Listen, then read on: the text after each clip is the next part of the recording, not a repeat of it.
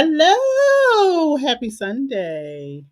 Happy chilly Sunday. I don't know where you are, but here in the little tiny state of Delaware, it is cold. It has started to snow a little bit, and I don't like any of it. But I'm grateful to be here with you. I'm grateful that we have this time to spend together.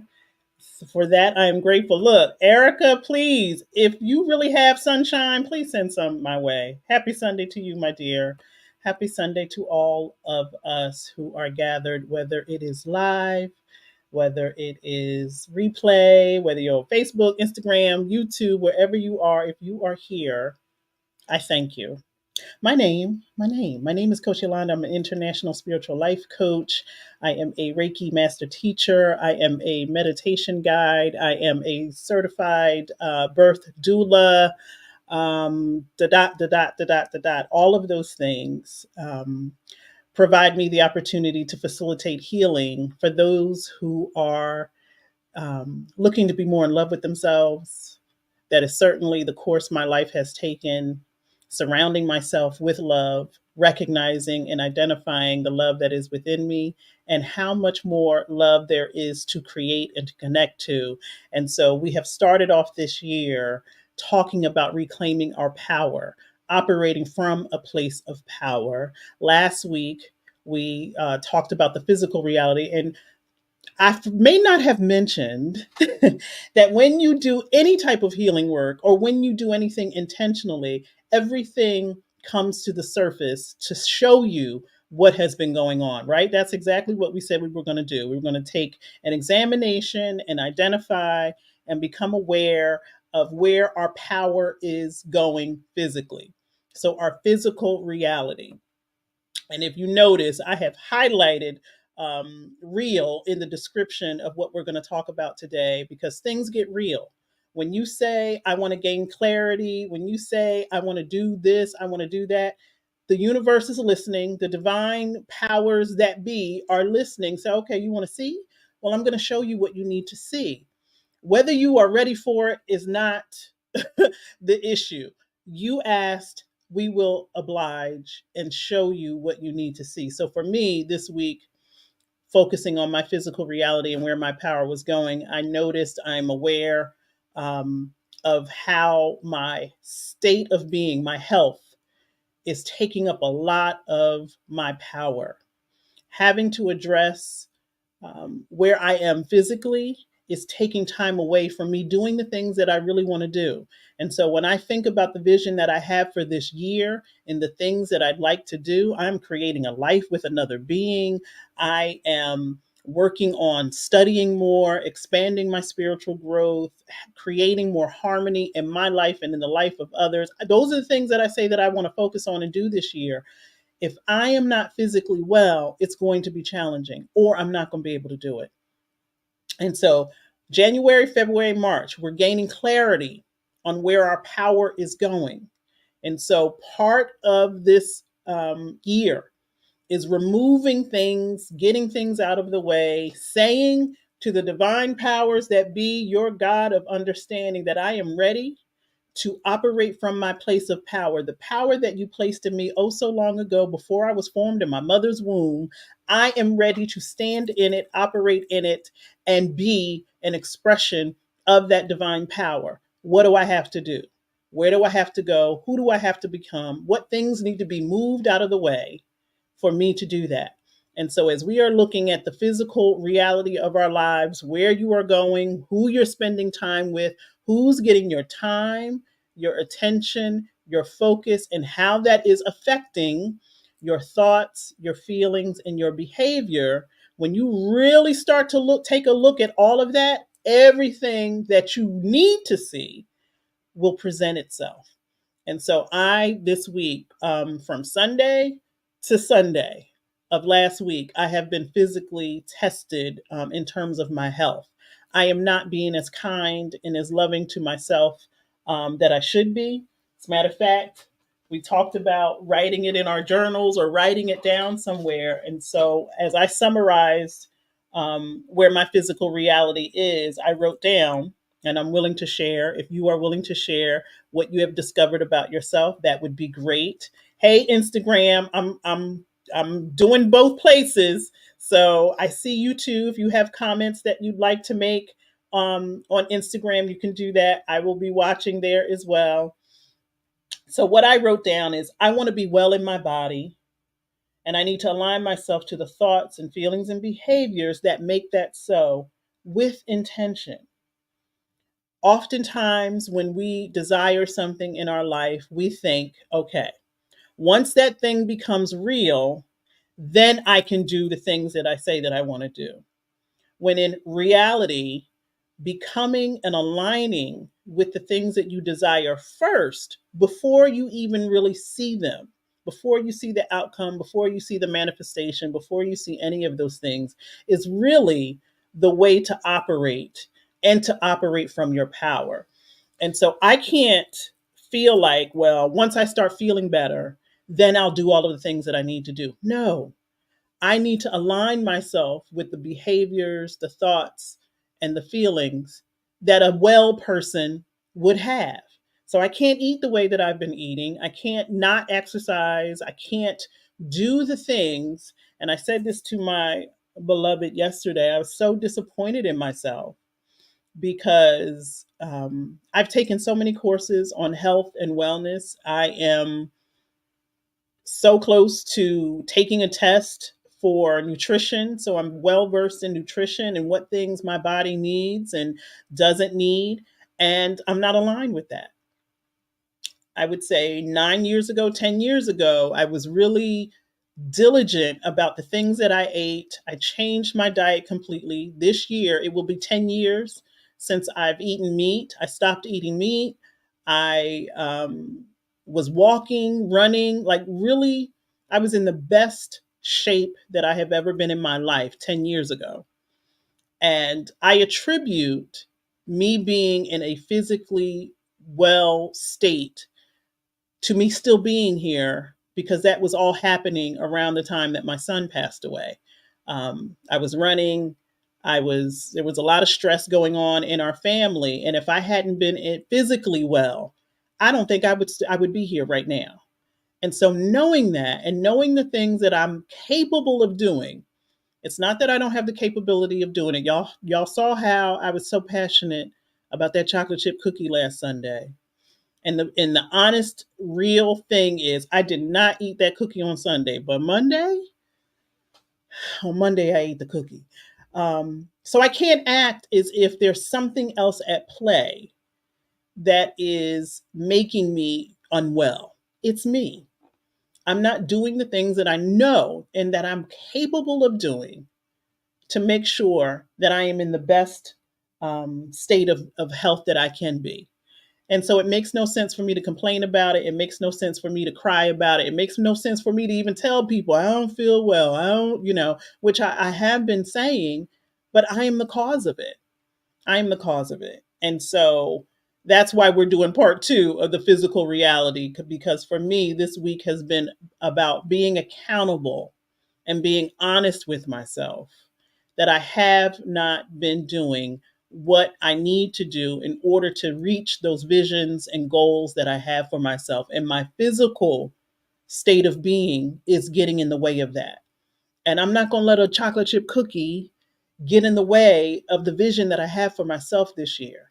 There is a lot going on and a lot that I would like to accomplish. And I can't do that if my attention and energy is solely focused on not feeling well and going to the doctors. And now we got to try to figure out what's wrong here. And we got to do this blood test and that test, and, and all of the things that come with not being physically well. And so, again, if you want to share some of the things that you discovered about yourself over the past 7 days, where you were looking at where you were spending your time, who you were spending your time with, what things were getting your time, your focus, and attention, and taking your energy, taking your power. Did you notice the distractions? Did you notice some of the conversations that you were having with people and what it did to your mindset? Did you recognize that you are not yourself in certain environments?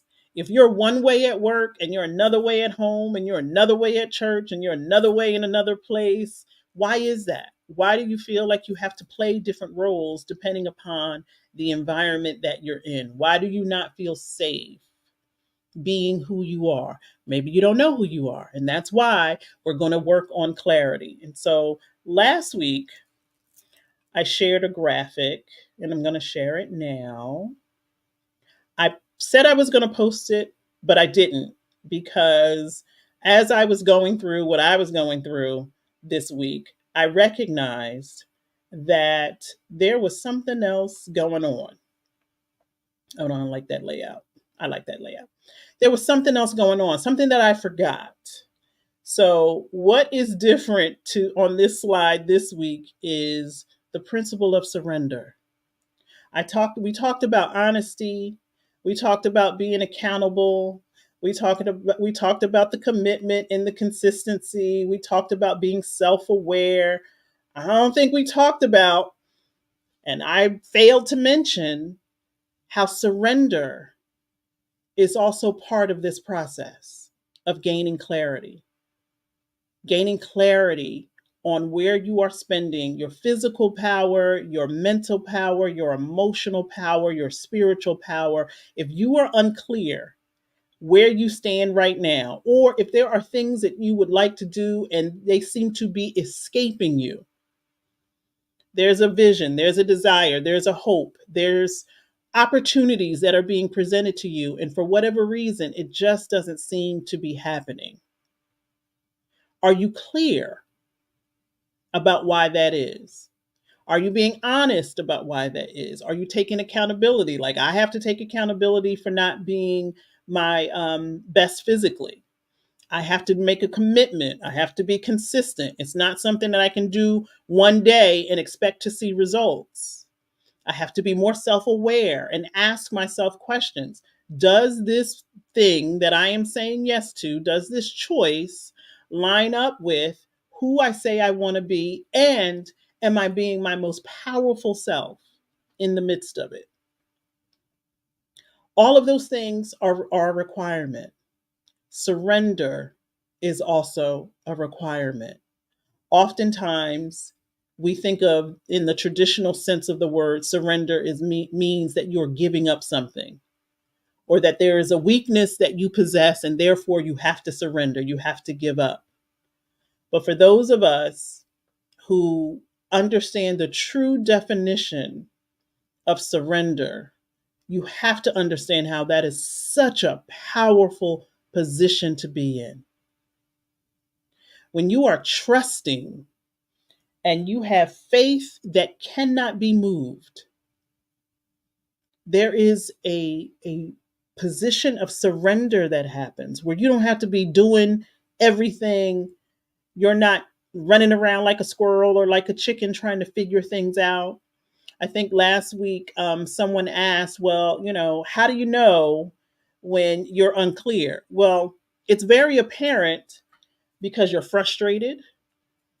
The things that you desire or want to do always seem to be put on the back burner. One of the other reasons why we're doing this particular arena, the physical arena again, is because there were some of you who reached out to me, and I thank you and appreciate you for that, asking me questions. And so if you had the question, someone else may have the question. It's like, what do you do when you are responsible for so many other people? You're responsible for other people's mental health, emotional health, physical health, spiritual health. You're a caregiver.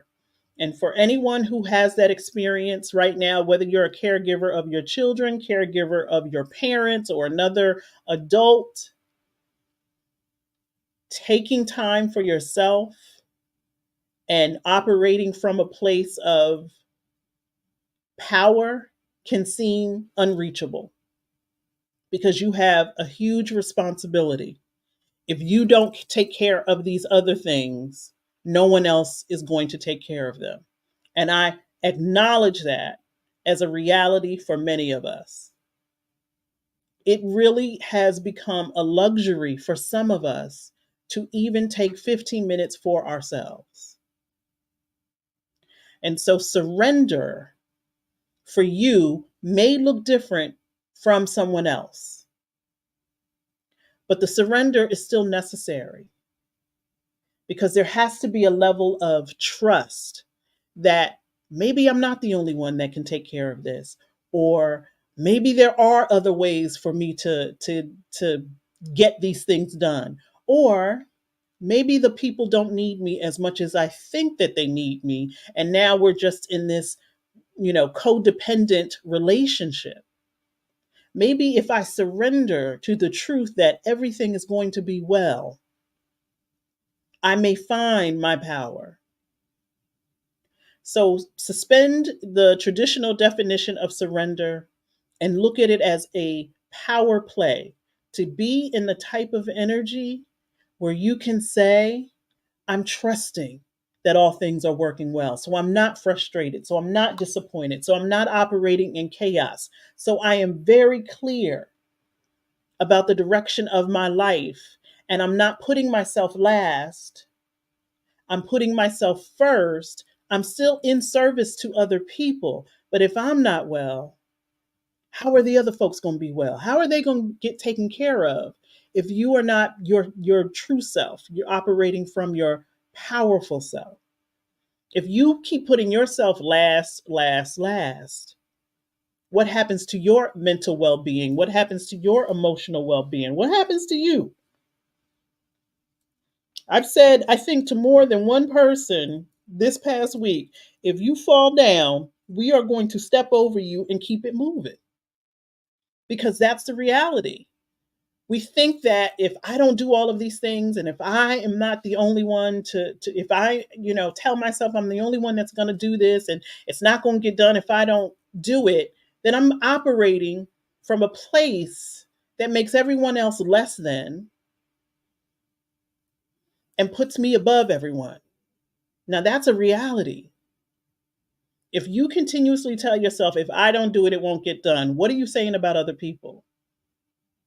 And have you taken their power away so that you can put yourself in that position? It's an honest question that we all have to ask.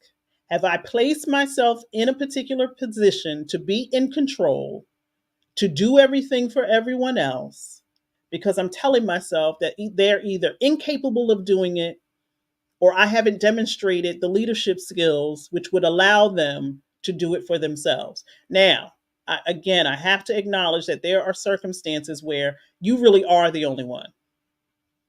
For those of us who have ever been in that caregiver role, where the people that we are responsible for are incapable because of either physical limitations, mental, emotional limitation, financial limitations, where they're just not able. We have to acknowledge that that is a reality for many of us. And so your surrender is going to look different. If you're an individual who, other people are not depending upon you to feed them, clothe them, house them, your level of surrender is going to be different than someone who is head of the household, making sure everyone has what they need, making sure that, this thing don't fall apart. Surrender still has to happen. You're just going to have to look at it differently. And maybe it's, let me surrender to the idea that I have to do it and that there's not support or resources available to me. That doesn't mean that you haven't looked for those resources. Maybe you haven't exhausted all of the resources, but you got to get some help, right? Surrender to the idea that there's no one else that can do it, or that it has to be done a particular way. Or maybe you surrender to, if I just stopped for 5 minutes, everything's not going to fall apart. If I take 5 minutes for myself, it doesn't mean that I'm taking 5 minutes away from everyone else. It means I'm restoring and pouring back into myself. So as you are being honest, being accountable, looking at commitment, consistency, self-awareness, please look at surrender. Please look at surrender and how powerful it can be for you to release some things because you understand that it will be taken care of. There are limitations in being human. We have to be born into the world, and that takes participation of other individuals. We are all going to transition and die from this world. We don't know when, we don't know how, we don't know where we will be, what age, what function. We don't know any of those details. But that's a limitation. We have to breathe, we have to eat, we have to sleep, we have to do those things to live. Meaning, at some point, your brain has to stop overthinking and get some rest. You have to pause and eat something. You have to, there are things that we have to do in our human experience that if you look at it, really, there's some limitations. We can't fly. We have to get in things in order to fly. We can't, get from point A to point B in 2.3 seconds unless you're in a car or there are things, supports that we need in order to get the things done that we need to get done as humans. But we are also spiritual beings. And there are parts of us, parts of our experience, which far exceed our human limitations. One of them is faith, evidence of things not seen. You have to allow your mind to envision something that does not exist physically yet. Every single thing that we have in existence, this ruler had to have been an idea in someone's mind because before it became a physical thing. And that is something that each and every single one of us has access to. Let me think of what it is that I want to be. Let me think of what it is I want to do. Let me think of how I want my life to look. Let me think it, think it, think it, think it. And the more I think about it, write it down, take a look at it, examine it, study it. It's a theory first, but then I can start to give it flesh and bones and blood and breath. When I apply my thoughts, my feelings, and my actions and my behavior toward this thing that's not tangible yet, we have that power where we are limited humanly, we are expansive spiritually. Expansive spiritually. If you can take your mind and place it in particular places that your body has not even been yet, that's a power that no one else can take from you. And I think I've mentioned it before when people asked, dear father, brother Nelson Mandela, how did you survive 27 years in that prison? It's like my physical body may have been in prison, but my mind was never in prison. I saw things, I created things in my mind. Emotionally, I was never in prison. Spiritually, I was never in prison. And so, although we are looking at the physical aspects and physical reality of where our power is going, we're going to get to the mental, the emotional, and spiritual. But it's easy for us as humans to document and gain clarity on where we are physically. Where do you go every day?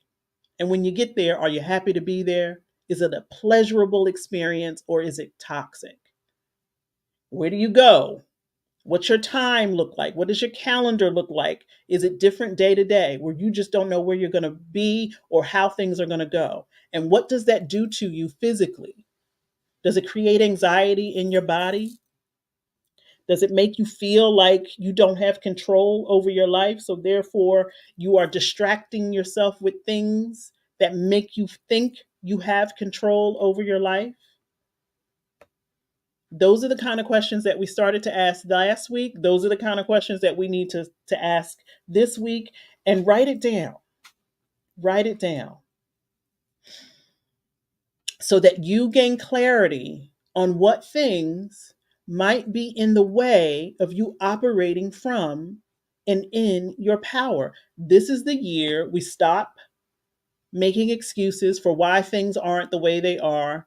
This is the year we stop blaming other people. This is the year that we stop playing small and limiting ourselves. This is the year that we stop being afraid to dream bigger, more expansive. I know many of you um, may have been doing some work. It's the beginning of the year. Everybody makes their resolutions. People are doing vision board parties.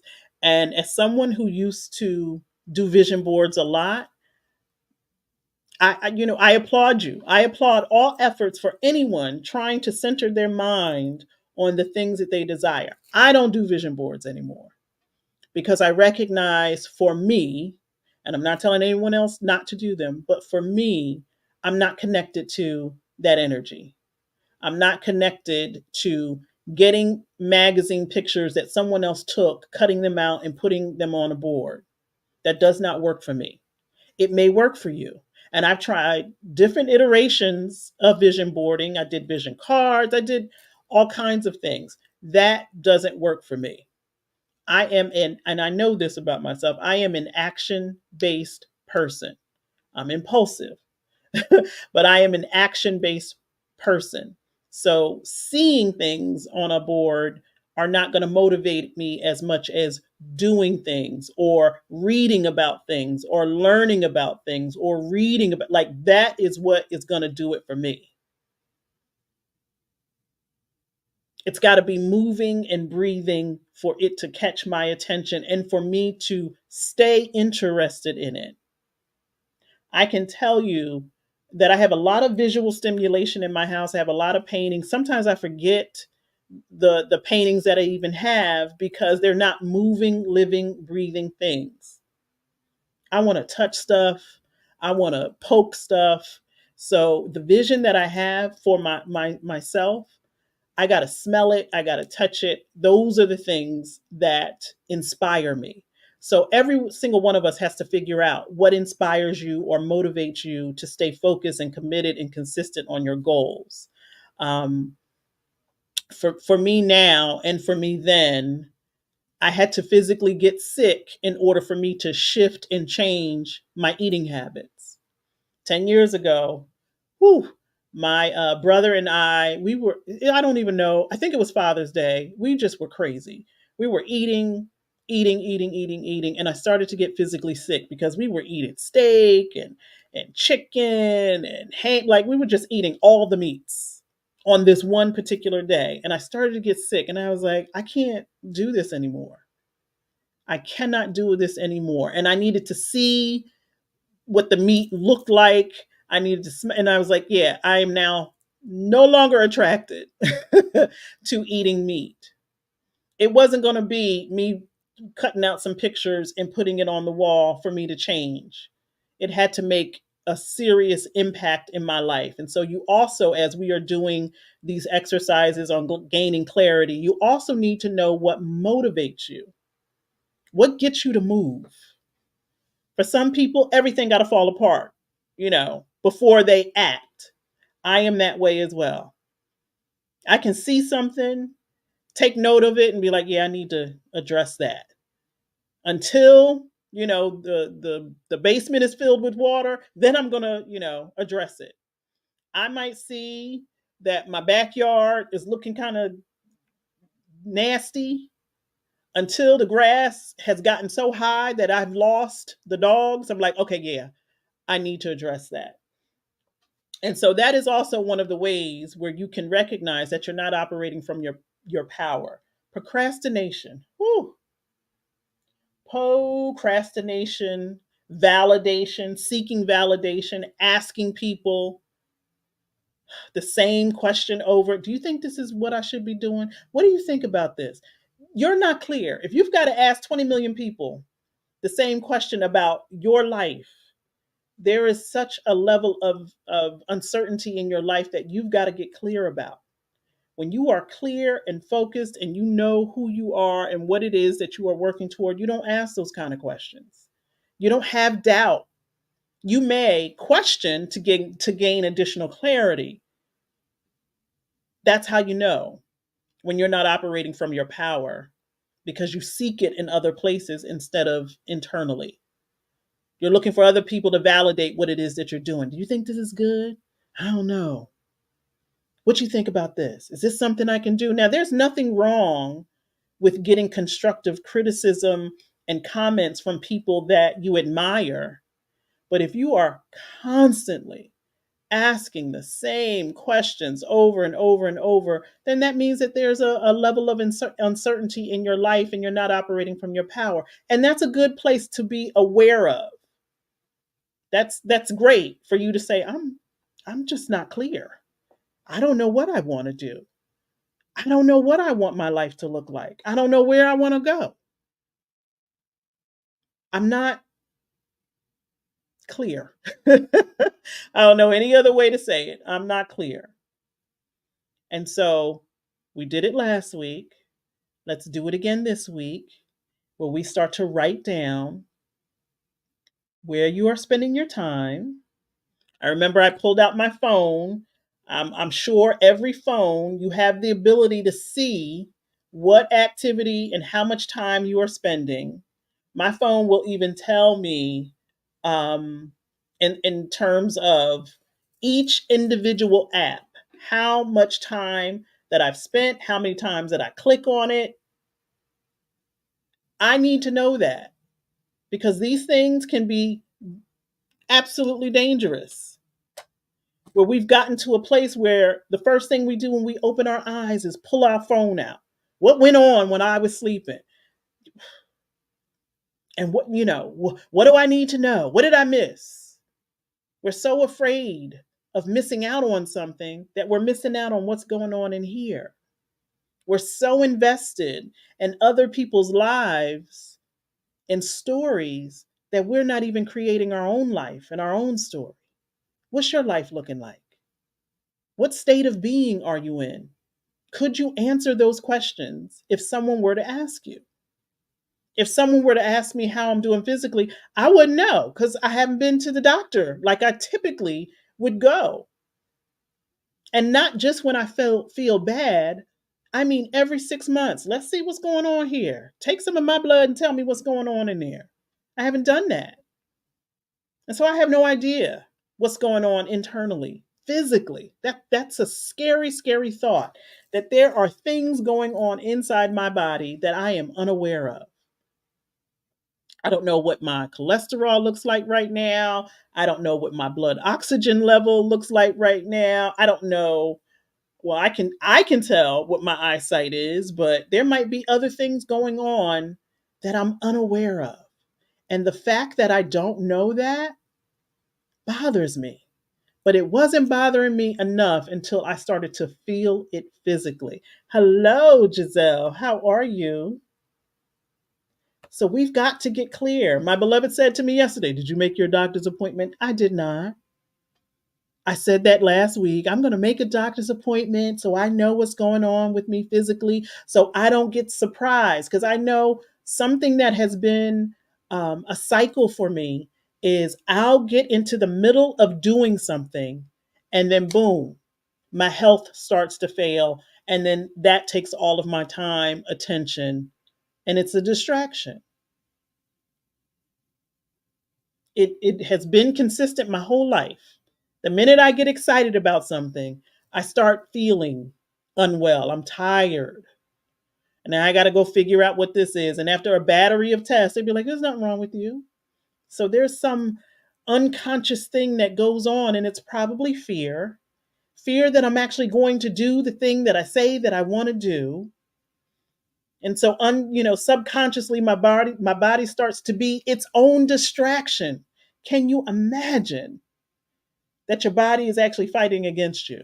It happens all of the time when we are unclear about what's going on with us.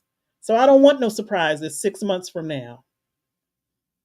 So we've got to take stock on what it is that we're doing physically. Are you taking care of yourself? Be very, very honest.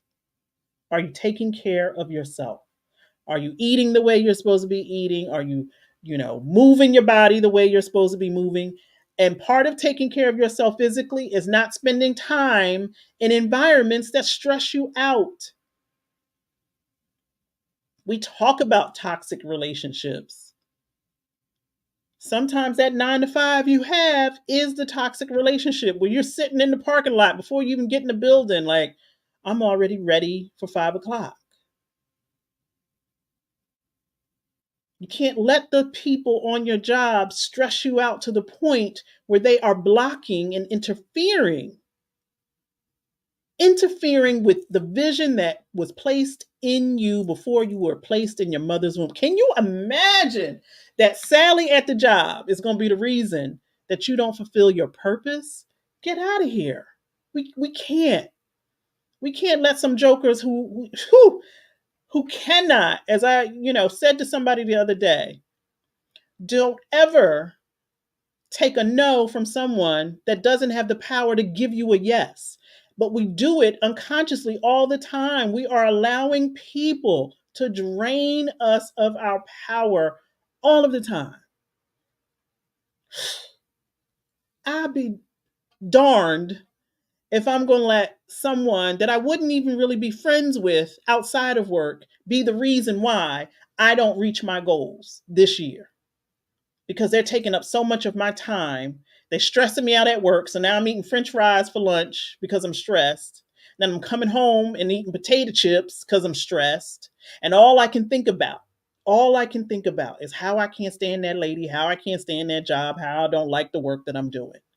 That's taking all of my time, attention, and energy instead of the things that I love, the things that are mine, already mine. Do you recognize and realize, and forgive me for yelling, but I'm yelling at myself, that the things that you desire are already yours and just waiting for you to get on the ball? It's already created for you. Whew. That there is a divine creation waiting for you, but you're distracted and worried and telling yourself, I have to focus on these things, and I gotta take care of, bippity bobbity and boo, and I gotta take care of that thing and that thing and that thing, because if I don't take care of it, it's not gonna get taken care of. Well, let it fall apart. If it's not your responsibility, if you didn't create it, why are you the only one maintaining it? And so I feel in my spirit, because it's not just me, but somebody else. Please don't let your adult children make you think that your time to create your perfect life is over. And by perfect, I mean the life that you desire. Please don't have your adult children being so intertwined in your life that you don't have a life of your own. Asia, Maya, Italia, I love you. I love you. I love you. I love you. But you are not going to be the reason why I don't achieve my goals in 2024. Y'all have y'all own stuff. And I'm loving you through it, but I'm not going to let it be a distraction. That's my children, Asia, Maya, and Italia. I love you. You cannot be a distraction for the vision that I have for myself in 2024. I'm here to support you, but I'm not here to be distracted. Hey, Miss Carletta, she said, I hope that we are supporting each other in this reinforcement, because I'm telling you, I'm hearing that for myself. I am hearing that for myself. Hey, Hope and Victory. I would say that if my parents were alive, God bless them. God bless them. But they didn't take care of themselves in the way that they were supposed to take care of themselves. And it was a huge distraction to parts of my life. I do not regret being their caregiver. I do not regret putting things on pause in order to make sure that they had what they need. But what I did not do is create a healthy environment for me to still stay focused on the things that were important to me. I know I didn't do that as a caregiver when my mother's health failed, when my father's health failed, because that consumed a lot of my time and attention. The other thing that consumed a lot of time and attention is my grieving. When my mother passed, when my father passed, when my son passed, I'm not saying it was a distraction. I needed to do that. I needed to grieve. I needed to be shut down. I needed to surrender. But it would be a crime if I still continue to let that guide my life. I owe it to my mother, my father, and my son to create a life worthy of the love that I received from those relationships. I owe it to them.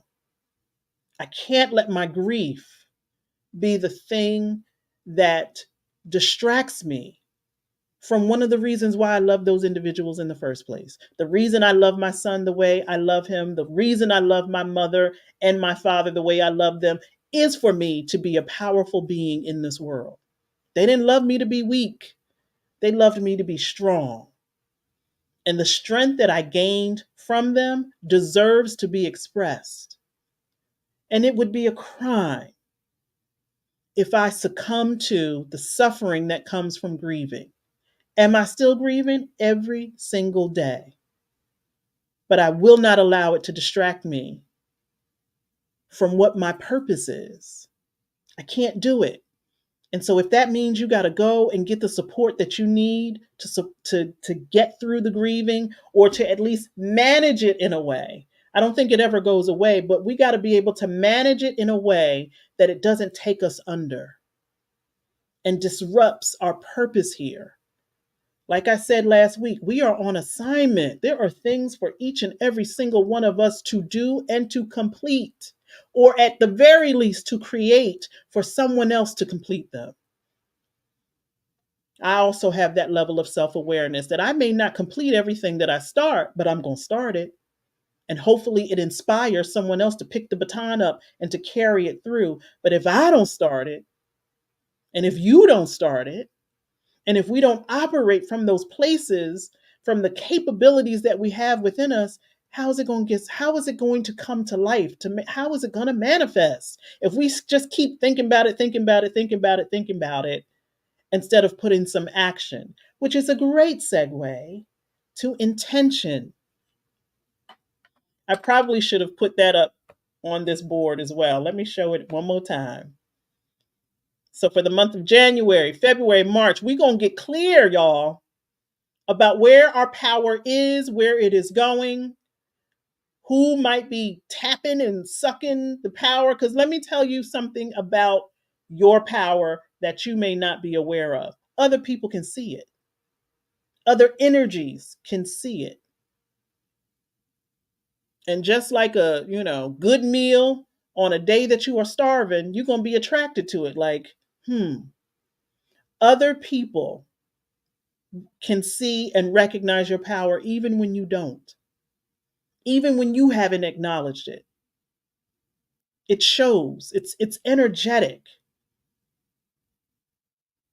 And so there might be some folks in your life who are like, I like the power that you have. Can I have some of it? Let me align myself with you. Let me tap into you so that I can take from you because I don't want to do the work to create my own power. Which is why you have to operate with intention. My beloved, hey, beloved, my beloved said something in one of our conversations last week, and I told him I was going to. I'm not laughing because you're tired. I'm laughing because I know what you mean. I'm laughing because I know what you mean. Yeah, we are tired. Let me tell you, I said to my beloved the other day, I've got to create some healthy boundaries. I can feel my power being sucked out of my brain. I felt like if one more person asked me for one more thing last week, I was going to lose it. Just because I can do something doesn't mean that I want to do it for you. I need that on a t-shirt. This is what you mean by being tired, Winnie. Just because I can do something doesn't mean I want to do it for you or that I'm the only one that can do it. And so last week I was having some moments where I too was like, I'm tired of being the go-to for everyone. Like, what the heck? Just because you know that I can do it and you know I do it well doesn't mean I want to do it for you or that I want to do it at all. But that's a condition of me not setting healthy boundaries to say, no, ma'am, no, sir, not now, not today. And what's interesting is that when you start to say no, people look at you like you're crazy. Like that's not an option. No is always an option. I don't care if it's your children, your parents, your partner. No has to be available to you. As we are interacting with people, particularly the people that love you, there has to be an agreement that I can say no. A complete sentence. A period is not necessary, exclamation point, and certainly not a question mark. It's not necessary. If I say no, I shouldn't have to explain myself to you, and you shouldn't guilt trip me into making me feel bad that I'm choosing me in this instance. Because why else are you asking me? If you're asking me to do something, you have to realize and recognize that no might be one of those answers. And so I was feeling that way last week, but I had to be honest. I had to take accountability. You don't have healthy boundaries in these particular parts of your life. So people feel like they can ask you for anything, anytime, anywhere, no matter if you've got 20 million things in your hand. They still feel that it is okay to ask because I have not set the healthy boundary that says, no, not now or not ever, but that has to be part of the option.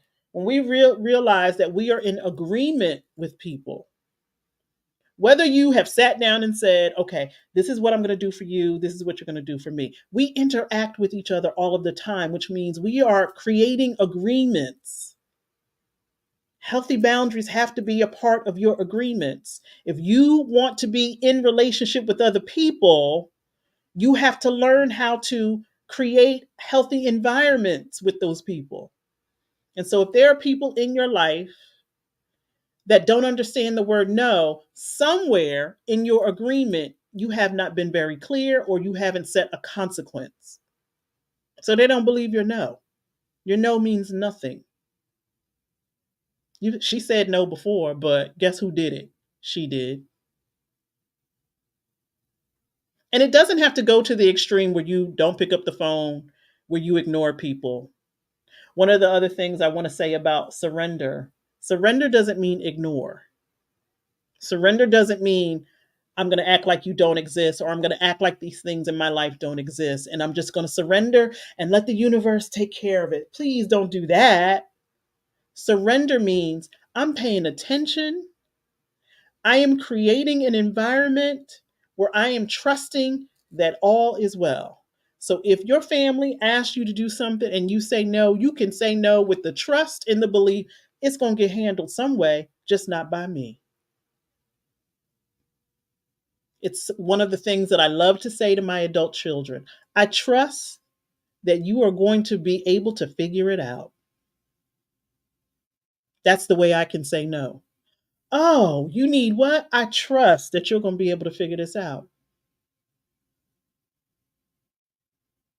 We can't continuously let people take our power and then complain that we don't have any.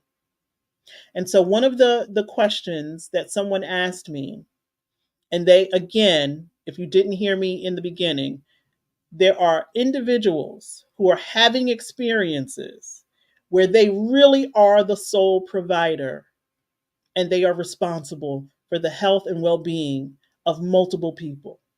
Maybe you're the head of the household. Maybe you are the caregiver to ailing parents, a sick child, a sick family member, and it is you. Maybe you're a single parent and your co-parent is nowhere to be found and there really aren't the resources that you need to be supportive. That might be where you are in life. I fully am aware and acknowledge that even in times of my life, there was no one but God. And we're going to get to that in a minute. And so you might be looking at your life like surrender. I can't surrender nothing. If I give up, what happens to everyone else? Remember, we are redefining the word surrender. It is a powerful place to be in. because you are trusting and you are having faith that it will all be well. That can be tricky for humans because we love tangible things that we can count on. Even when we praying, we still praying with our one eye open, like, God, just show me a sign, just show me something.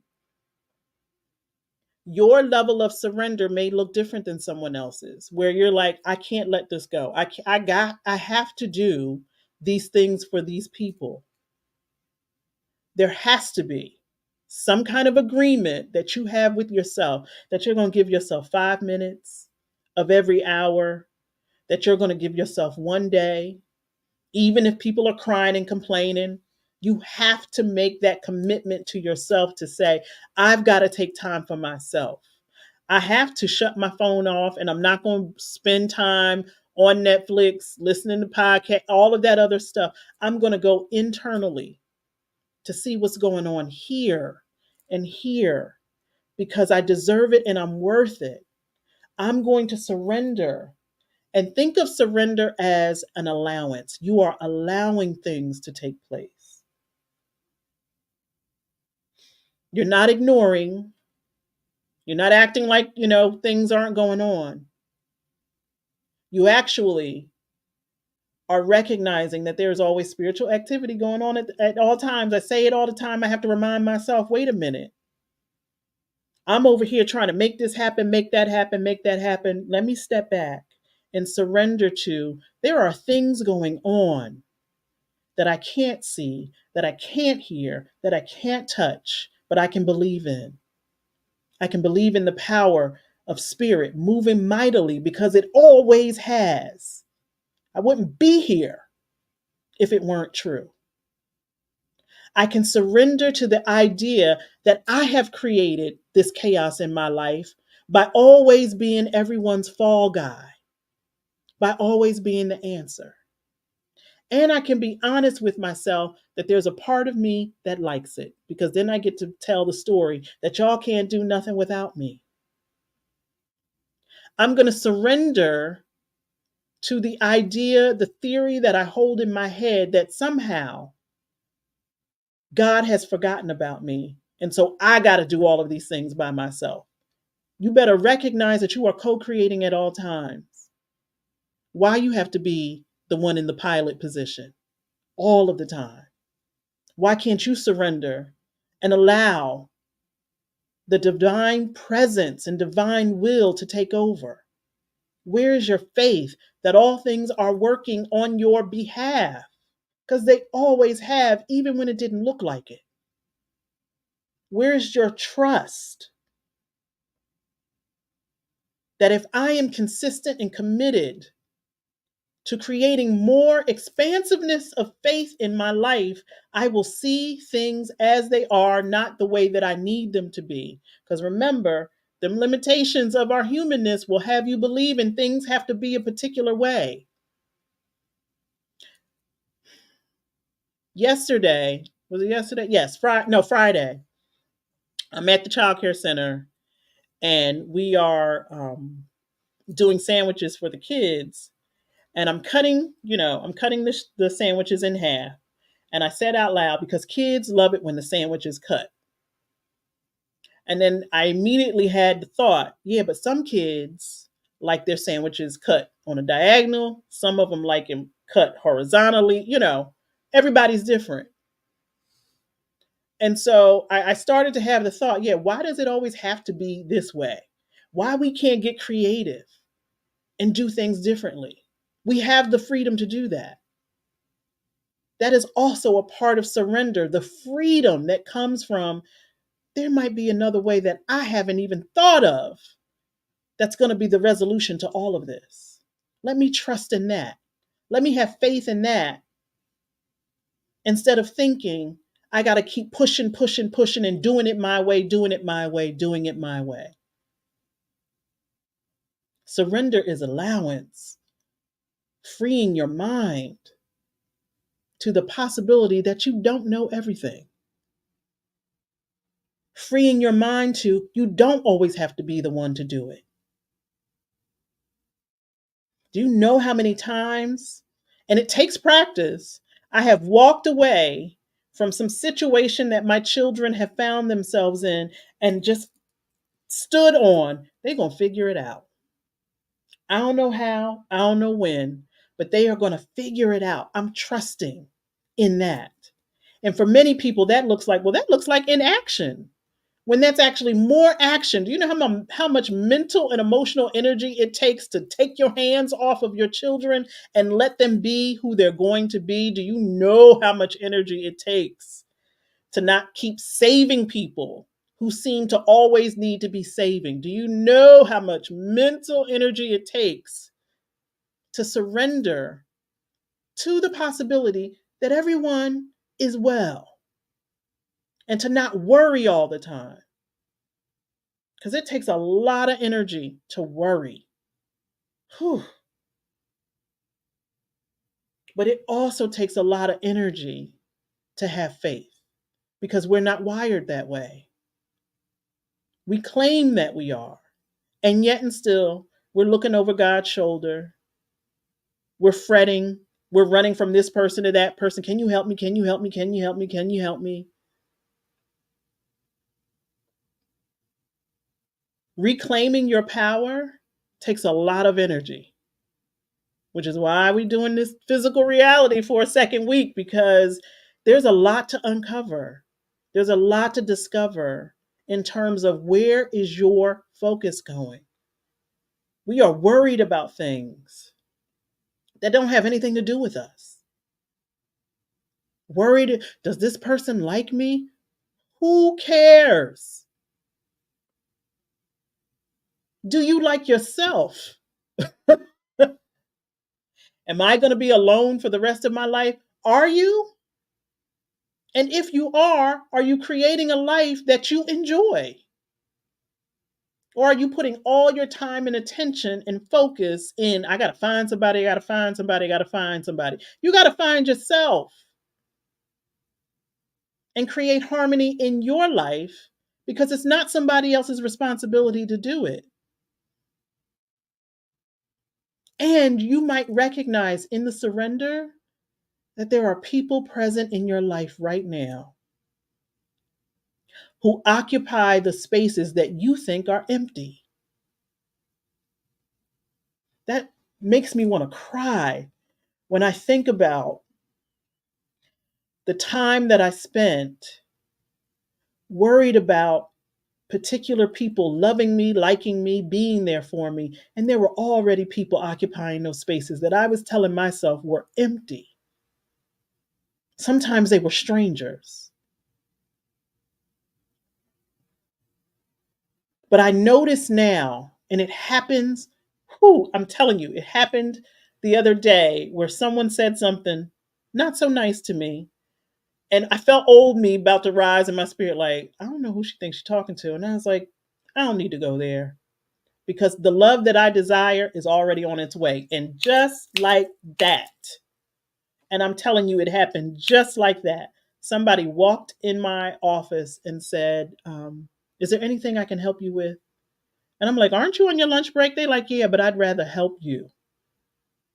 If I had taken the left and gone down the road of, I got to let this person know who I am and you don't be talking to me like that, I could have missed my opportunity of going right into the arms of someone loving and supportive. You have to pay attention to where your attention, your focus, your energy is going. And if it's going in negative places, you're going to feel negative and you're going to be in a deficit in your heart and in your mind. Please stop telling yourself that love does not exist in your life when it absolutely does. And it begins with you loving yourself and not worried about who else is on board. You have to think of yourself in such a way, like, why wouldn't you love me? Like, I'm one of the most lovable people I have ever met because I'm focused on that, becoming lovable, enjoyable. And it's hard work to be lovable, particularly when you are in environments where you don't want to love no one. You just want to, you know, surrender to that that the thing that you think is gone or empty from your life is already with you. It's you. It's you. And so for those of us who get tired because we feel like we're always the one being called on, what your boundaries look like? Because that's a very loving thing to have. Healthy boundaries is one of the most loving things you can do to yourself. Is surround yourself not with a wall, but with a veil of a healthy boundary that lets things in, but also filters out the things that are not necessary. I don't need to be part of that conversation. I don't need to be in that environment because I'm so busy handling, facilitating, and cultivating all of this love that is around me. I may not always focus on it, but the more I pay attention, the more I write it down so that I'm clear that I don't want for anything. Hey, Miss Sarah, I'm so glad you needed it because I needed it too. Because I'm telling you, last week I was like, whew, I'm ready to jump up out of here. If another person asks me another question or asks for another thing, and it's like, it's not them, it's you. You have not created the conditions, the environment where there's a healthy balance of I am here to help, but I also have my own things that I have to do. So it's going to be a no, not right now. And I don't know when I'm going to get to it. When I am complete in the things that I need to do for me, then I have space for y'all. Or if I also recognize that you getting this thing done means I don't have to deal with it later, then okay, let's rock. Let's get these things done and moved out the way. Also recognizes you don't know when you are being used in someone else's story, lesson, challenge, or whatever it may be. You might be the lesson that they need, and you don't even know it. You don't even know it. So let me put this up one more time because I did fail to mention that surrender and when you make a commitment to take an examination of your life, to do some personal development, everything's going to go haywire. Well, maybe not everything, but most things, because they are asking to be seen, to be heard, so that they can be released or shifted or changed in some way. Don't you want that?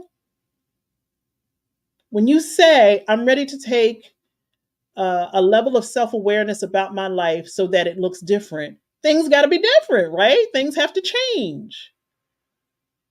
And just like when you were a child growing from size to size, bones got to grow and stretch, skin's got to stretch. You know, that clumsy phase that we all went through where your hips didn't seem to work right and your knees seemed to knock into one another because you were growing. You are growing. And so you might be falling down literally and figuratively in your life in particular places and spaces. You might be on your face at this moment. You're growing. You are establishing your power. I saw a clip yesterday, and I'm assuming it was from a Netflix series. I don't know the name of the series. I know Nia Long is in it, and she was somebody's boss. And her employee had given her a sketch and she's looking at it and she's like, this is not you. I see other people's work in what you created.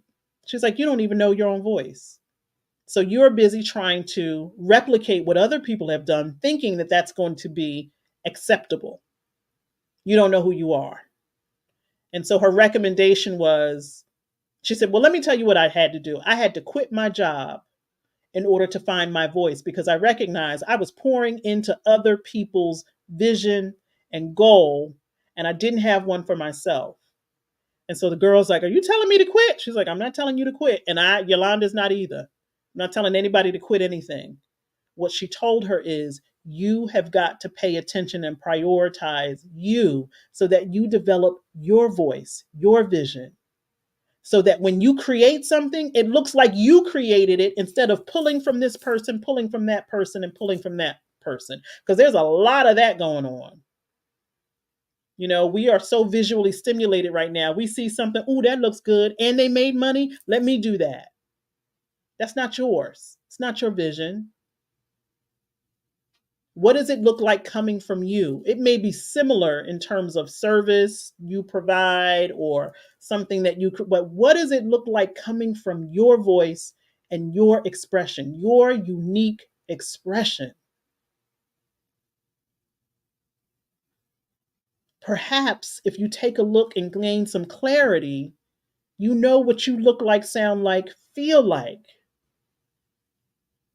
I don't know if you are in the room today, but I know that was such a helpful thing. Um, whomever said, I don't even know what I like. I don't even know what I'm connected to. That is such a powerful awareness to have and to say, I don't know what I like. I don't know what floats my boat. I don't know what inspires me. Because the minute you are aware of that, you can get about the business of figuring that out, of gaining the clarity. But you have to be honest. You have to take accountability that if you are in a position where you don't want to be, take the accountability. This is not someone else's fault. We're not projecting or blaming. Other people may have impacted you in a particular way where you find yourself in a particular place. The accountability to get out of that place is yours. What is the commitment? Even the smallest and tiniest of commitments can make shifts happen in a mighty way. I did something last week, which I normally don't do. I will admit to being someone that ignores things, as I said earlier, until they become a big problem. And then, I'm moving heaven and earth to make it happen. And it's like, okay, you have this situation. What if you just put one thing, just did one thing? Wouldn't that give you a sense of accomplishment and pride that you addressed the issue instead of acting like it did not exist? How do you know that your forward movement, doing one thing, is not enough to create a huge spiritual shift so that everything starts to line up? How you know that? You don't know. But if you're sitting back waiting for something to happen, meaning if you are not actively participating in the shift, how is it supposed to happen? You got to be a participant in the shift. So even though I'm telling you to surrender to how it's supposed to look and no, what it's going to look like, who's going to show up and all of that. Surrender to the trust that it's happening and I'm participating by keeping my hands out of it, but keeping my mind focused on it. Surrender does not mean ignore. Surrender does not mean you're losing. Surrender does not mean you're giving up. Surrender means you are allowing. I'm allowing the divine presence, the divine will to move mightily in this situation because my human limitations I have exhausted. And I'm probably making it a longer process than necessary because I want to do it my way and I can only see it a particular way. You want to gain some clarity on who you are and where your power is, surrender and see what happens. Trust and see what happens. Have faith and see what happens. And then you will see your true power. Instead of all of this running around trying to make things be what you think they're supposed to be. So we got to meditate. We have to meditate. But before we do that, let me go back to the conversation my beloved and I were having. That if you are not actively focused, committed, consistent, and clear about what it is that you're doing, time is going to pass anyway. And so we're having a conversation about our goals and things that we want to do. And I was like, we talk a lot about what we want to do, but if we don't really commit to it, it's not going to happen. And he's like, yeah, if you're not intentional, an entire 365 days will go by and you've done nothing. You've done absolutely nothing. And I have had year after year after year in the past of something like that happen where I'm like, how am I in the same position that I was in where I felt like I was making some movements, I was doing. I wasn't being, I wasn't trusting, I wasn't having faith. I literally was like trying one thing, it didn't work. Let me try something else, and then that didn't work. Let me try something else, and then that didn't work. And let me just ignore and act like it's not possible until it blows up. Now I got to address it again. Like just doing the things that humans know how to do, what we've been programmed to do, making it look like we're doing something, being busy. I'm doing stuff. Right. Talking about the same thing about I'm gonna do this, I'm gonna do this, I'm gonna do this, and ain't done nothing. But talk, but talk, and talk and talk and talk. And you done told everybody you could have built 20 temples by now with the language. If words were bricks, you could have built a whole city. And there's been no movement. And that's gotta be frustrating. It's like I'm no closer to the thing that I think I want than when I started to think about it. It's a good time to pause and say, am I even clear about what it is, or does it change like I change my socks? Did I want to be one thing in January and another thing in March, and then there's another business opportunity comes away, so I'm selling this, and then by the end of the year I'm selling something else? It's like, what you doing now, girl? Oh, I was doing that, but now, you done bought 20 million different machines, you making t-shirts, you doing all of these things. No shade to anybody that makes t-shirts, no shade. But you're doing all of these things, but yet you still don't feel like you are moving. Maybe it's time to pause and gain some clarity. Are you doing what you think you're supposed to do? Or are you doing and connecting to the thing that's been living within you? And maybe you've been ignoring it. Or maybe you've been telling yourself, no, not me, because it's too big, it's too grand, you are big, you are grand.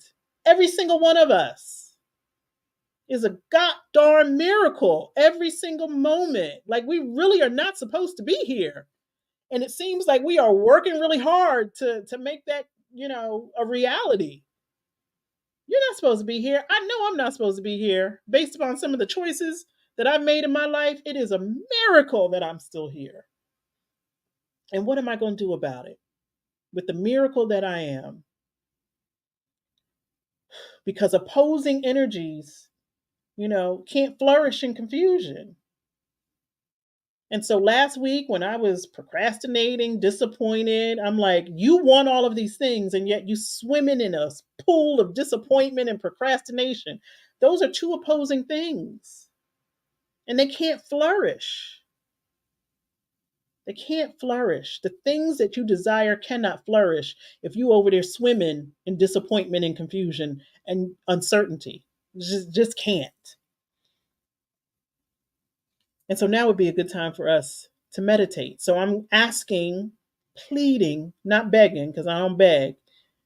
Start writing down what your physical reality looks like. Where am I spending my time? What am I spending my time doing? Who am I spending my time with? Is my phone ringing off the hook because people are taking, or is there a healthy balance of giving and receiving? I had to recognize one of the other healthy boundaries that I have not set in my life is I don't take time I'm not taking time that I need to grow. And so the three principles for my life this year are study, spiritual growth, I have them written down so I have to look, and harmony. It's like, who do you have to be for those things to be a reality in your life, Yolanda? Well, in order to study, I have to be in an energy of receiving. So my giving has to, you know, we got to bring that down. All the places and spaces that I want to be in, I can't be there because I got to focus. I got to put my time and attention on receiving. I'm about to absorb some good information, and that is going to take energy. In order for me to retain all of the things that I'm about to study, I got to balance out and harmonize my life. So I can't be in everybody's stuff, giving, giving, giving. And I'm not always good about that. I think it's got to be me because I realize that unconsciously there's a part of me that thinks that things won't get done unless I do them. Or martyr. I have that written on my wall somewhere. The martyr complex. In my life, it's generational. The black women in my family, well, most of the black women in my family have this thing where we think we got to be the martyr. We got to do it. If I don't do it, it ain't going to get done. I had to be honest that I learned that from my mother. I hope I haven't passed it on to my children. Hey, Mom Adventures! What a great point to hop on board. We're talking about being a martyr. I recognize that that is something that I held as a badge of honor. Look at all that I do for my family and friends. I'm so great and wonderful. Yeah, and depleted and depressed and disappointed and unfulfilled and all those other things that go along with being a people pleaser and an over giver. We have to create more balance in our life where the giving and the receiving seems like it's in harmony. And it doesn't always mean it's going to be 50-50. There are times when you will be giving more than you are receiving. But you better recognize when those times are happening and say, well, all right, this is where we're at now, but we're going to shift that. And so I have told myself for 2024, I am in a receiving energy. I want to learn. I want to learn. I want to learn as much as I can. I don't know how long we got. So for 2024, that's where my power is going to be. All of this information that I'm about to absorb. I'm so excited about it. I don't even know, except for two things. I don't even know where it's going to take me. But if I keep telling myself that that's the energy that I'm in, if I keep telling myself, are you studying? Are you growing spiritually? Is there harmony in your life? Because if there's not, then I have to be accountable for that. And so I hope that you guys are documenting where you are spending your physical time, but also being honest. Again, that your surrender might look different than someone else. Someone else can literally blow up their life and say, you know what? I give it all up. I'm not taking responsibility for anyone else's life but my own.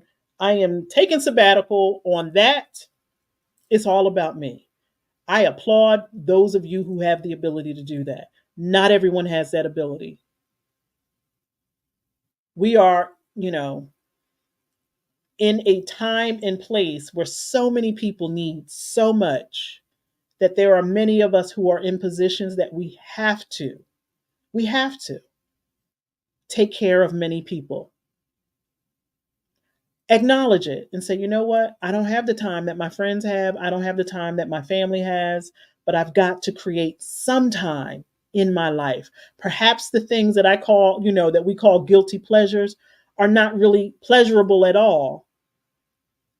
And I can, use that time for other things. The time that I may have spent watching a series on TV, I'm going to devote to learning something new, or I'm just going to sit in silence. You have to figure out what that looks like for you. But be honest. Are the things that you are engaging in, are they distracting you from the reality of life, or are they supporting you so that you can deal with the reality of life? Okay, we are going to, before we get to meditating, I'm going to read again. I wish I could show y'all the cover, but I always take the covers off of my books. But this is Get Over It. This is Get Over It by Iyanla Vanzant. I am going to read a prayer on, I was going to read one, but something is telling me to read something else. Mm. All right. Indecisiveness. Why would that be appropriate right now? Because we're talking about clarity.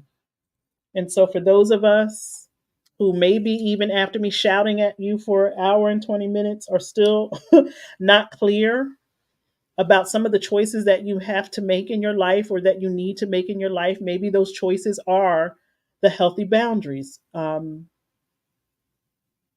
If you need support in creating healthier boundaries in your life, again, I would offer that you journal. No one else has to read it.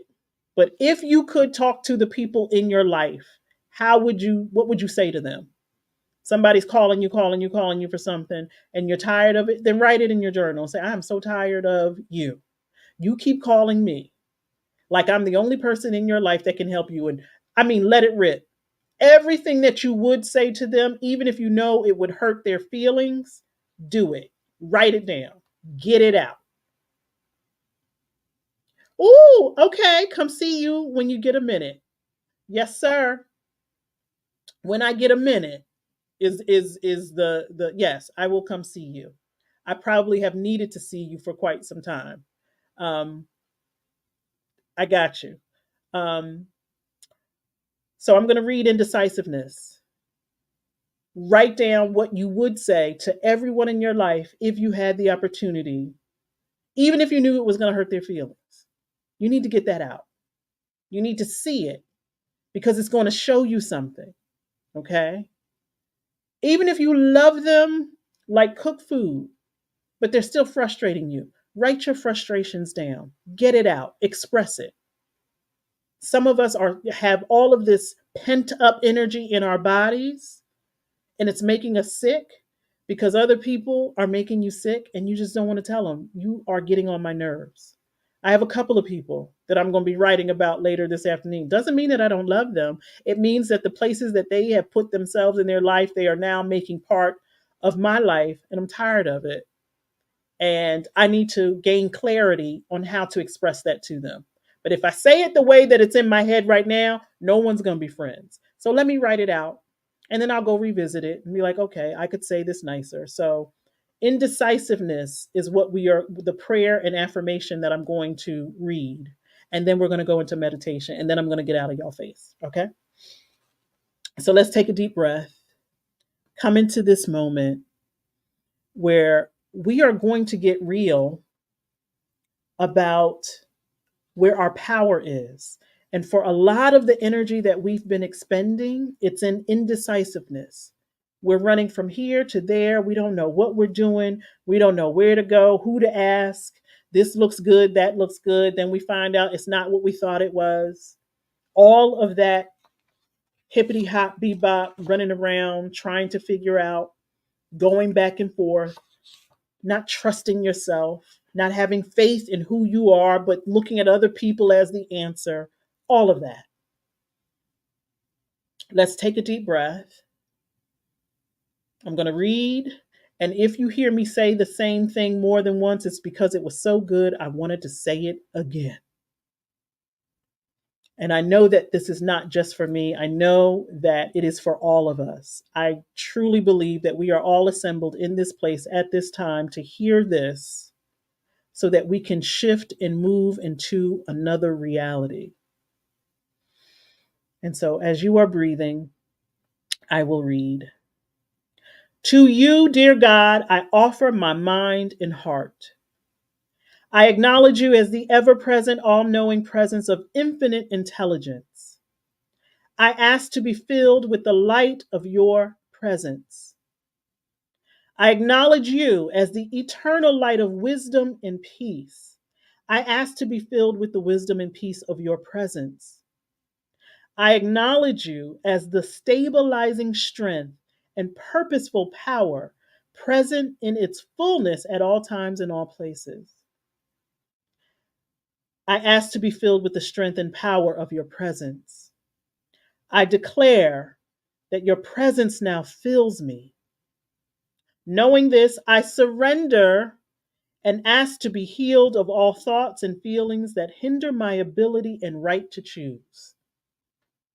Knowing this, I surrender and ask to be healed of all thoughts and feelings that hinder my ability and right to choose. As your wisdom anchors within me, I know exactly what to do at all times. I trust the all knowing fullness of your presence within me. I surrender the fear of making a mistake. I trust the presence of your strength and power within me. I make choices and decisions with grace and ease. I think calmly and speak clearly in the sacred presence of my God. Every thought I have is filled with and guided by the presence of God. I remember and affirm the powerful presence of God within me. I surrender all fear, knowing that God hears all, knows all, and gives all. Now I let it be. For this awareness and understanding, I am so very grateful. I let it be, and so it is. And the affirmation, I am in God's presence now. In God's presence, I know all that I need to know and all that I need to do. And as we are continuing to breathe, let us meditate on the freedom that comes from surrender, the freedom that comes in your mind when you are able to release any and all barriers of fear that may look like disbelief, chaos, confusion, disappointment, procrastination, distractions, and old patterns that will rise to the surface when we don't trust ourselves or the God of our understanding. And so, in this moment, let us meditate on what it feels like to be clear, to have an understanding of who we are, the power we possess, so that every choice that we make, every decision that we create, is one that we are proud of and can stand firmly on. That unshakable assurance that allows your shoulders to drop, that allows your breath to be restful and at peace, that allows the worry to ease from your shoulders, that allows your belly, your gut, to be still, free from knots, free from illness that can occur when we are uncertain. The type of freedom that allows your nervous system to operate in a balanced and free way instead of looking for threats, looking for triggers, looking for defenses that serve no purpose. The freedom that allows your mind to actually rest at night instead of scrolling and scrolling and scrolling and scrolling until the sun is about to rise. The type of freedom that comes from surrender offers peace.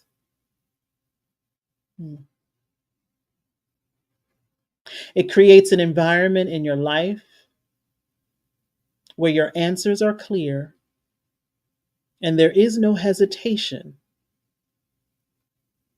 in any expression of who you are, where you can show up fully, proudly, powerfully,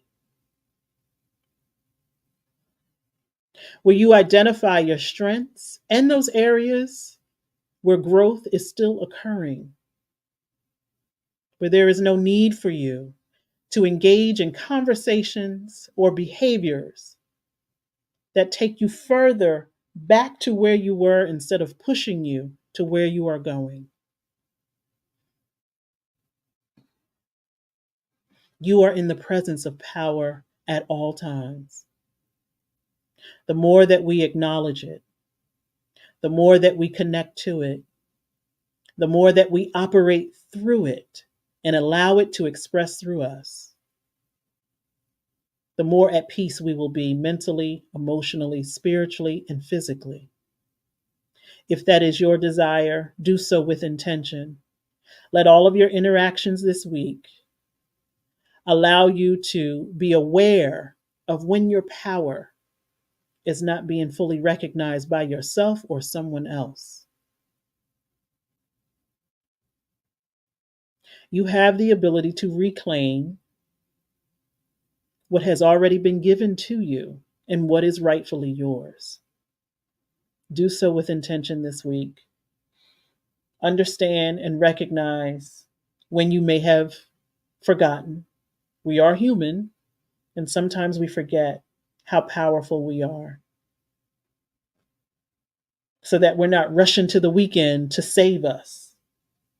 I don't need Saturday and Sunday to save me. I love them, but I don't need Saturday and Sunday to save me. I save myself on a day to day basis when I'm understanding and becoming more aware of where I'm letting my power go, who I'm giving it to, and understanding no one has the right to take that from you, but a whole mess of us are giving it away freely. Just here, go on, take my time, take my attention, take my energy, take my self-esteem, take my value, just take it. I'm just giving it away because I've forgotten who I am. I'm not connected to it. And so start to write that down. Those moments when you're like, whew, I'm not being accountable. I had to write it down so that I can see it. I haven't aligned myself with the me that I know that I want to be. It started with the cookie, y'all, but there was a bigger thing going on. It's like, why do I want that cookie so bad when I know it's not good for me and it's a slippery slope? Because I had to become aware, because you haven't been setting healthy boundaries. Now you want to satisfy yourself with things that immediately give you gratification: the sweets, the salty potato chips, the french fries, all of the things. So become more self aware of what your thing is. Could be a glass of wine, could be a man, could be a woman. It could be, something that you don't even see as a distraction, because not all distractions are horrible things. For those of you who drink, a good glass of wine feels like a very good thing to reward yourself with. And I'm not saying it's not, but is it really giving you what it is that you think you desire? Or is it just temporary? We love instant gratification, but is it real? Is it really giving you the peace that you could create all on your own internally? And so the prayer again came from the book Get Over It by Ian Van Zant. There are so many different prayers and affirmations in that book. Whatever support that you feel that you need for yourself this week, don't beat yourself up if it happens to be a cookie. But be honest with yourself. This cookie is standing in the way of a greater need. It's going to give me something temporarily, but I need to figure out how to sustain myself. And the cookie ain't going to do it. For all of those things that I say that I want in my life, I'm stacking all of the things. As we said earlier, a whole year could go by and it could look like you did a whole lot of stuff, but you really haven't made any moves. You're still in the same place mentally, emotionally, spiritually, and physically. And this isn't a race to be in a particular place. We're taking 3 months just to get clear. As I said earlier, this is not a 90-day, 30-day, 60-day thing. We're going to take our time because it is worthy of doing well. Just like last year, we took our time with inner child healing, although it did feel like it went by so quickly. Healing is continuous.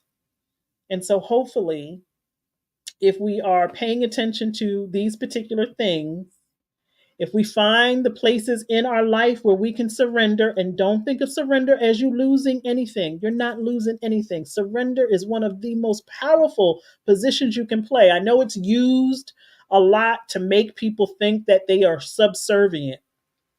No, that's not what surrender means. Surrender says, I am trusting, I have faith that all that I need, desire, is being taken care of, and it's mine. And all I have to do is allow it and align myself with it with intention. Intention is an agreement, and we're making agreements all day, every day, whether we know it or not. How about you consciously and with intention make an agreement with divine will and divine power, where everything you say you want, you desire, or you claim to be is in alignment with what the divine has for you. Stop fighting. Stop fighting to be. Stop fighting to be agreeable to other people. You're trying to like people that don't even like themselves. Yikes. But be honest, be accountable, have commitment, consistency. Write it down, tell someone else. I am now accountable to y'all that I'm making doctor's appointments this week. I just watched a documentary about food and eating healthy. I mean, I have a more plant based. I have a plant based diet. Doesn't mean that it's healthy. Doesn't mean that there's some things that I don't need to change. There are a lot of things I need to change. I need to move my body more so that I can do the things that I have planned for this year. Because it's a lot. I have a lot that I want to do this year. I'm trying to create a life with a man. Whew, that's a lot. That's hard work, particularly when you've been independent for so long. Y'all would be so proud of me. I surrendered, and whew, y'all would be proud of me. I'm not going to tell you everything that I've done in my relationship with my beloved, but y'all, I'm telling you, y'all would be proud of me because I'm proud of myself. It's like you have been this independent being for so long. You can't do that. That's not who you are, or that's not who you are becoming. So you got to surrender some stuff. And it's some good stuff, y'all. But there's something greater happening. And I'm so excited about it. And again, thank you to those of you who continuously send well wishes our way. It is most appreciated. Um, we send them back to you.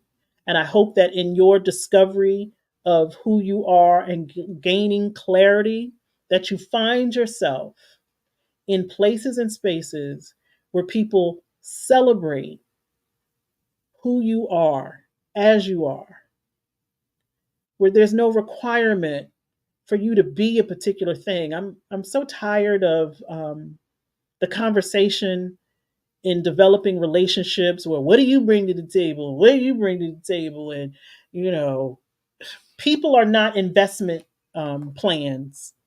I wish we could be, that's a discussion for a whole nother time. But it really frustrates me when we have these converging energies. Like we want to be with people, we want to be in relationship, and everything that comes out of our mouth is contrary to that. Let's be more loving to each other, whether it's a romantic relationship or a relationship with your family, your friends, your coworkers. Please, please, let's be more loving to one another. Um, for those of you who have a day off tomorrow in honor of Dr. Martin Luther King, I hope that you are spending it wisely. I hope that you are recognizing that it is a day of service. And maybe the service that you are participating in is some rest. You are deserving of that. I will be working with the AKAs in the city of Wilmington. I'm grateful for their participation in supporting the center that I work with. So that is my day of service tomorrow. My beloved is going to be talking to the people on the west side of Wilmington in honor of Dr. King. I love you too. I love you too. So we both will be doing something. If you are doing something or need support with something, I hope you recognize and realize that this space is open for that. I would ask that you don't sell anything, but if there's something that you are offering, put it in the comments. We want to support one another. A lot of the support that is in these comments comes from other women who have opened up their spaces to me to have me speak. And so I'm grateful for that. Let us continue to support one another because that is also how we create a healthy physical reality by being in places and spaces where people are supporting your work, your vision. They're not taking from you, trying to steal from you. You know how many people, I'm about to go off on a tangent. You know how many people watch what you do, not because they want to support it, but they want to emulate it or they want to try to replicate it. Let's not do that, please, in this space or any other space. If you see someone who is taking the time, their money, their intelligence, their wisdom to give you something, sometimes for free, please don't steal.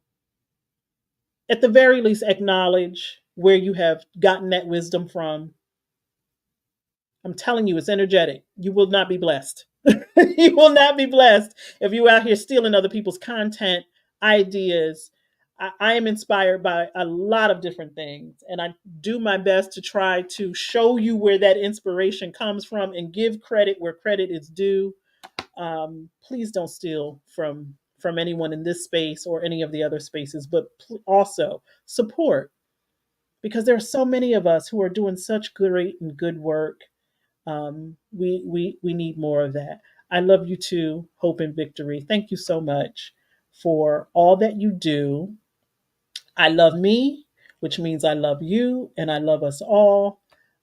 Next week, we will transition into another reality. It might be mental, it might be emotional, it might be spiritual. I'm not going to tell you what it is because if I tell you, then you might be worried about it for the next couple of days. And that's not what we do here. Just wait and see what happens. Surrender that whatever message is given next Sunday, it's something that we need to hear either for ourselves or for someone else. I love you. I love you. I love you. Thank you. Thank you. Thank you.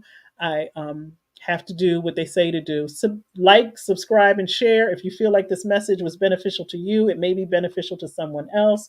And I am grateful for sharing. Thank y'all. Love y'all. Have a great rest of your day.